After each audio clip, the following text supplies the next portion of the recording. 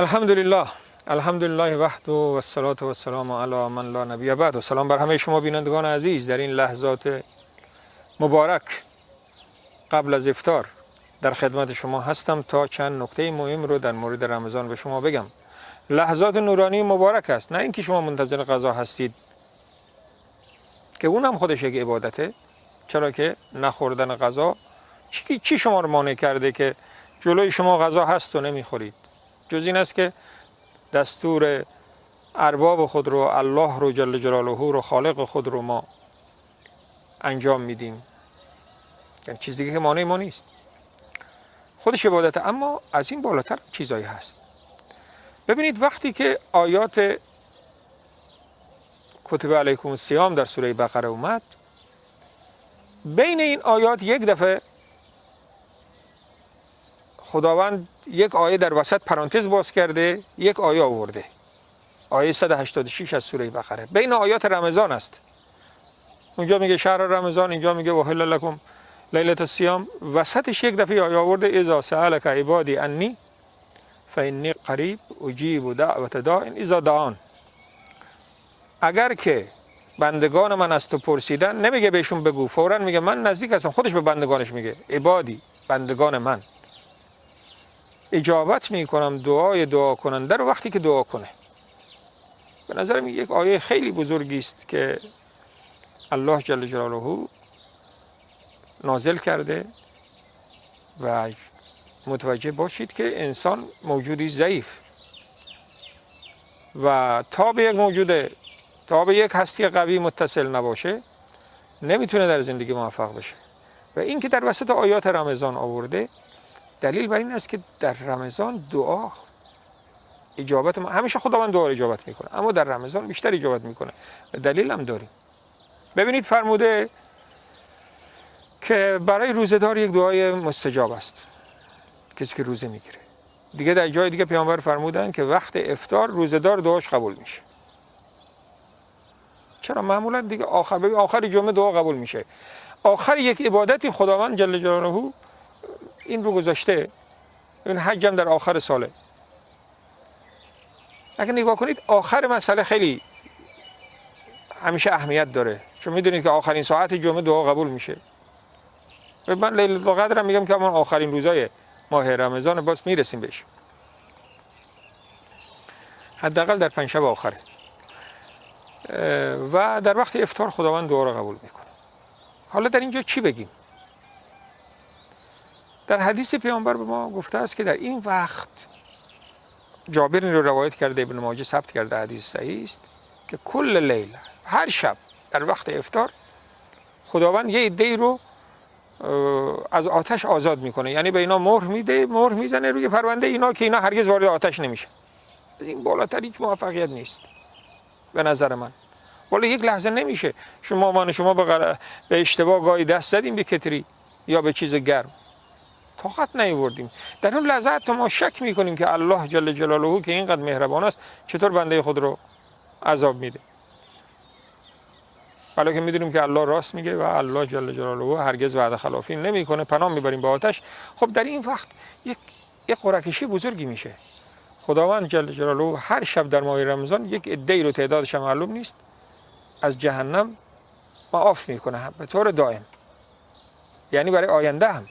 فکر کن آدم که بعد از رمضان هم ممکنه گناهانی بکنه، اما در هر شب یک جایزه مخصوص خدا به بندگانش میده. اینو به کی میده؟ به کسی که نشسته داره شراب میخوره؟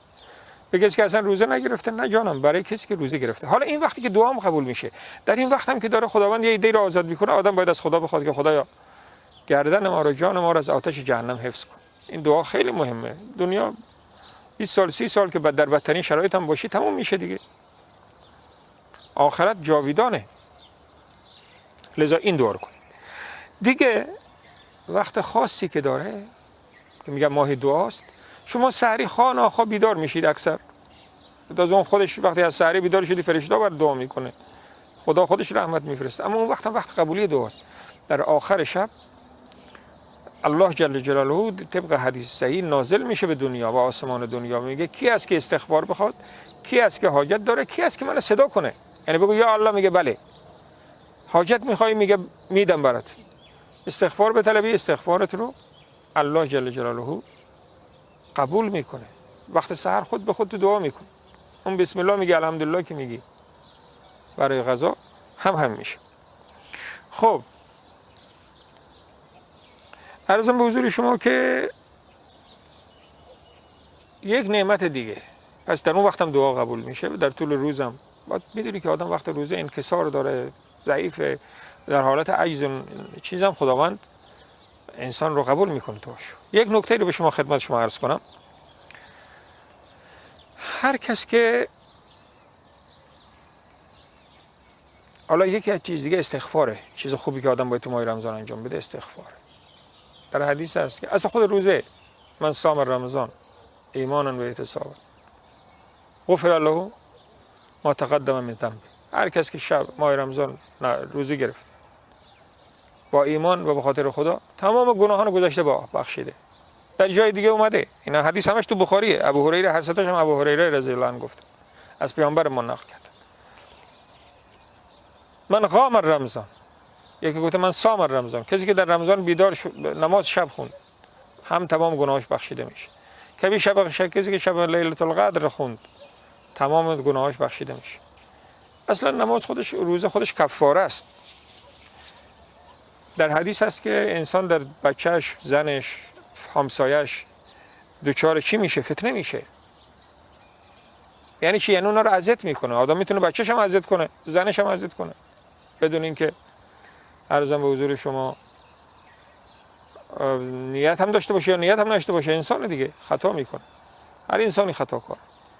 همین پیامبر فرموده صدقه و روزه، یکیش روزه است، این رو میگه پاک میکنه دیگه. خب اصلا تو سحری که میخوری خود فرشته ها برات دعا میکنن.